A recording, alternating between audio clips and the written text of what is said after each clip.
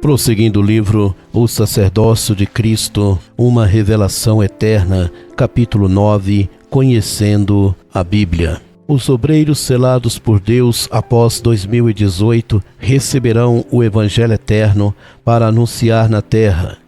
Impressionante como tudo começou.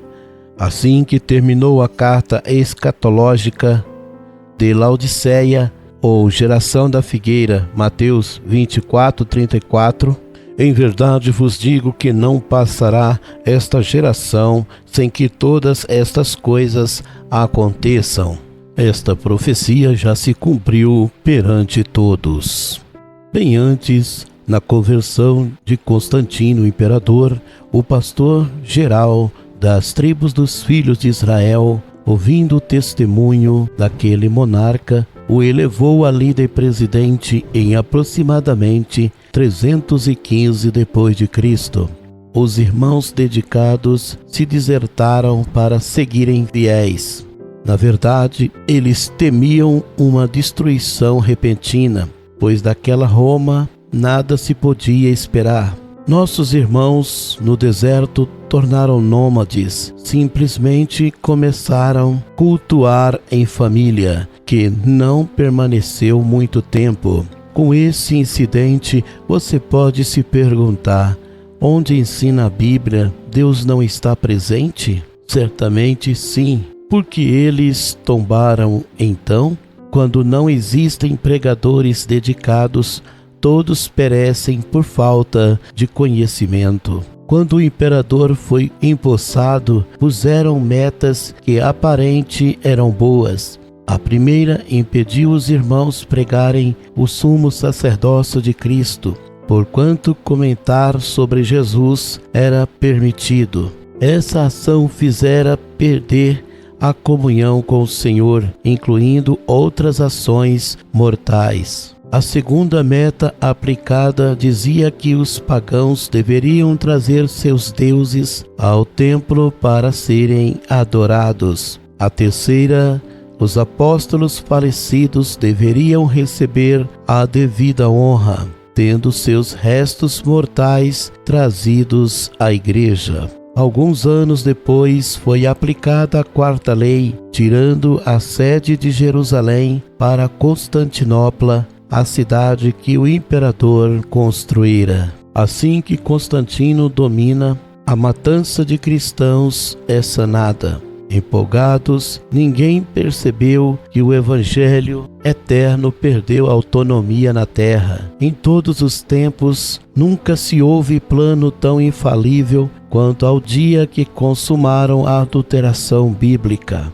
Os irmãos que não aceitaram aquilo saíram sem destino. Preferiram viver como estrangeiros que prestar adoração a Satanás. Muito distantes, fazendo o que sempre fizeram, se corromperam por falta de conhecimento. Um dia após outro, mais afastados ficavam do Senhor e do Evangelho eterno. Assim, todos pereceram e a figueira secou-se rapidamente. Antes, um dos grupos da Ásia Menor, a Laodiceia, cresceu distante do Senhor. Seu tema principal era vaidade e luxúria. Esse povo difundia evangelho morno, inclusive dizia: se crescemos e prosperamos é porque Deus nos agraciou. Nem todo o crescimento é Deus agindo, portanto sejam cautelosos. O mal provoca inchaço. Uma vez exaltado, dificilmente Deus a controla. Os cristãos esqueceram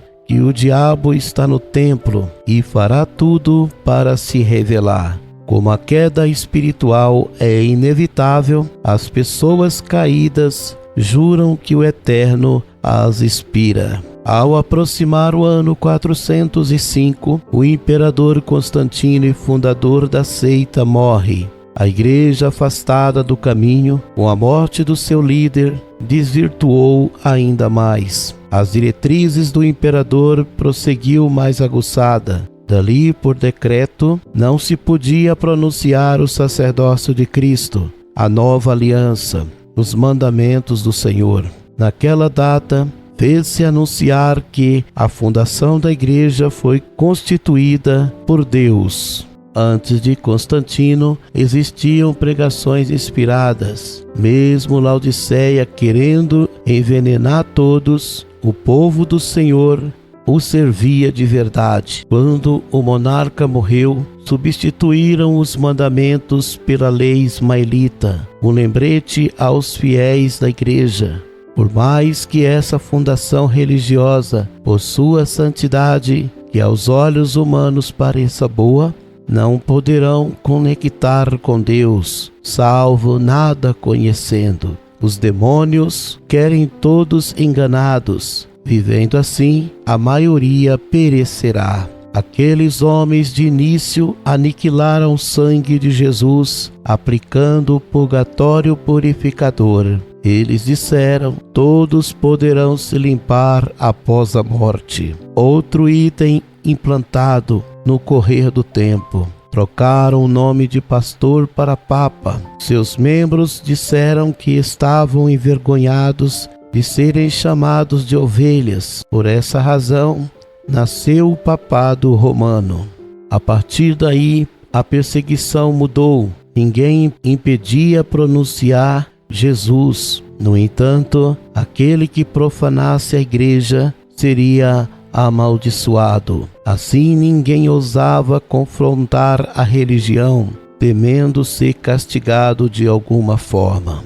Uma pergunta não se cala: por que não impediram anunciar Cristo? Porventura, o Jesus que apresentavam diferia daquele que é anunciado nas tribos dos filhos de Israel? Saiba que não precisava impedir a pregação, apenas o evangelho do reino deveria ser barrado. Eles trocaram a crença verdadeira por outra palavra. Mateus 15:8. Este povo honra-me com os seus lábios, mas o seu coração está longe de mim. Próximo a 610 depois de Cristo, alguns jovens, filhos daqueles desertados, decidiram buscar o Eterno. Um Deus os visitou e, passando pelo sumo sacerdote Jesus, a entidade fascinara muitos naquele tempo, tantos que a receberam sorridentes. Sem que as pessoas soubessem,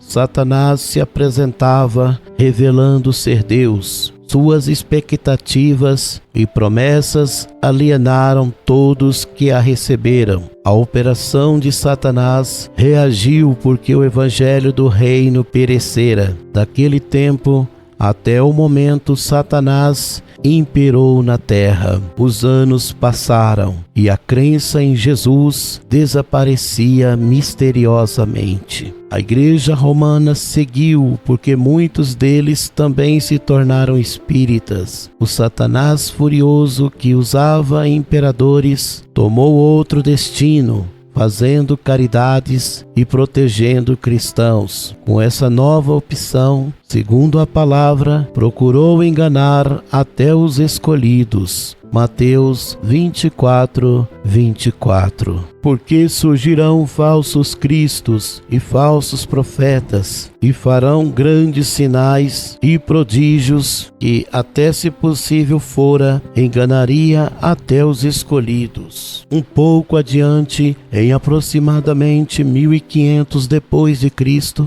manifestaram-se pessoas insatisfeitas na religião. Esses auto-intitulados dividiram a igreja romana. Assim, outras crenças surgiram. Infelizmente, seguiram pregando o que dantes aprenderam na religião repudiada. O que entristece Jesus é ouvir pregar falsidade. Isso aconteceu no pós-reforma. Tais pregadores apenas aplicaram nome religioso, mas a doutrina seguiu igual. A situação arruinou após o evangelho eterno cair. Muitos tentaram trazê-lo antes da profecia. Isso seria impossível. Sobretudo, quem o anunciaria? Pois somente os selados pelo próprio Deus poderiam anunciá-lo. Esses são os 144.000 comprados da terra